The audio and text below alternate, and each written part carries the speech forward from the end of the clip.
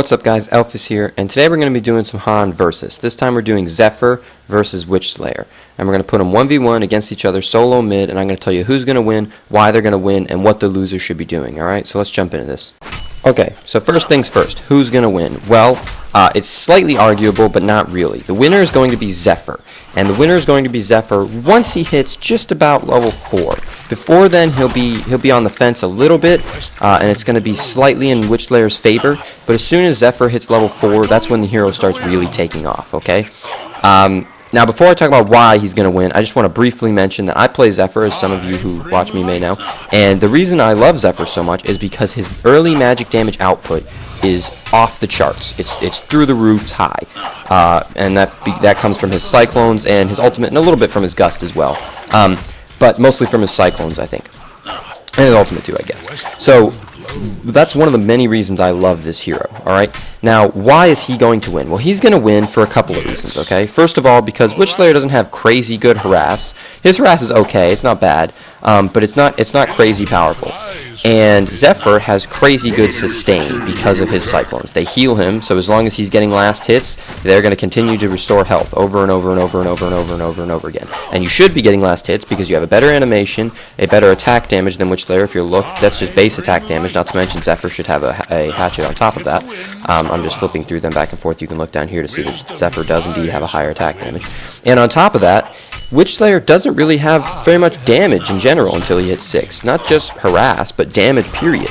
Okay, so what he does have is crowd control. He has a fair amount of crowd control. Okay, so that's where Witch Slayer tends to shine. All right. So what I will say is that even though Zephyr should win this fairly unanimously, if played correctly and potentially gotten a gank from a teammate, Witch Slayer could maintain the lane fairly reasonably. Now the other thing is, when you're going to fight for runes, either player could win with the runes, alright? Witch Slayer has plenty of crowd control to win with the rune. Zephyr has his Gust, as well as the fact that he's a fearsome hero and you don't want to fight him for the runes because you may potentially die.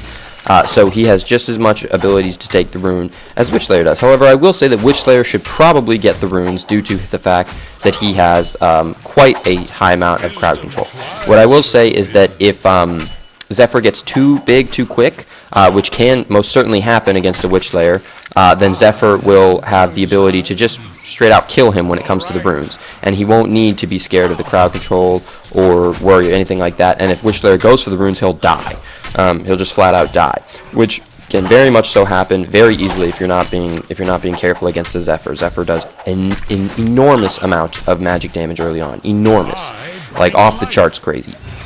So we've talked about who's going to win and why they're going to win. Okay, Zephyr will win by far, in my personal opinion. Now, what should the loser be doing? Well, as many of you know, and also I just mentioned, Witch Slayer has quite a bit of crowd control. He's one of the most crowd control heroes in a hero that has the most crowd control in the game. I'm not sure if he actually has the most, but he's certainly on par. He has a stun as well as the miniaturize, and both of which he can totally crowd control you for 6 seconds. That's a lot of crowd control, assuming both of them are max leveled, which they probably wouldn't be at all points of the game, of course. But I'm just going to make that assumption to get my point across. So assuming that he has that much crowd control, which he does, even before getting these maxed, he still has a fair amount. Okay, he should be ganking. Crowd control is the key to getting kills in a gank, pretty much. You really don't need a crazy amount of damage output because as long as you have the crowd control, your auto attacks will output the damage for you, and that's really what it comes down to. And he's one of those heroes. Not to mention, when he hits 6, he does become quite fearsome with his damage. His ultimate, and I'll just mouse over it real quickly, mouse over this, does an enormous amount of damage. It's very, very similar to Pyromancer's ultimate.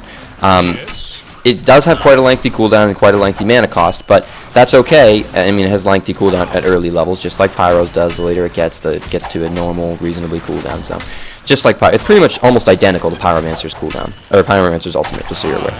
So he has a fair amount of magic damage once he hits level 6 on top of the crowd control. So this is what he can be using to gank effectively, very effectively actually, which is one of the reasons why you'll see Witch Slayer played as a solo, because he's such a good ganker. He doesn't quite fulfill the role of babysitter as well as you would like because his stun doesn't really have a very high duration early on, his stun and damage ability, which is kind of disappointing, whereas some heroes do. So, much more like Andromeda, he does have a stun that has damage as well.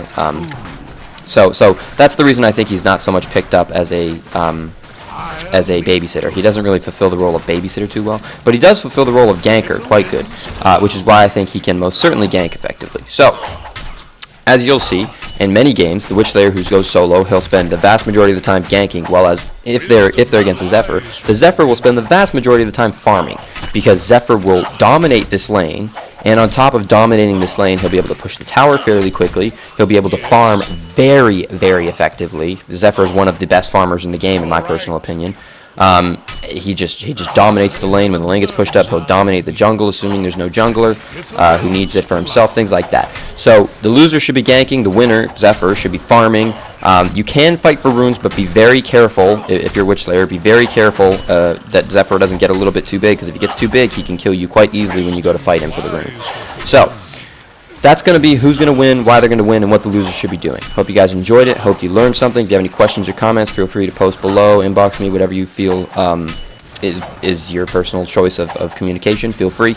Other than that, if you have any recommendations of who you want to see next, feel free to let me know on that too, and I'll get to that. And other than that, I will thank you guys for watching once more, and GG, well played, guys. Elfis out.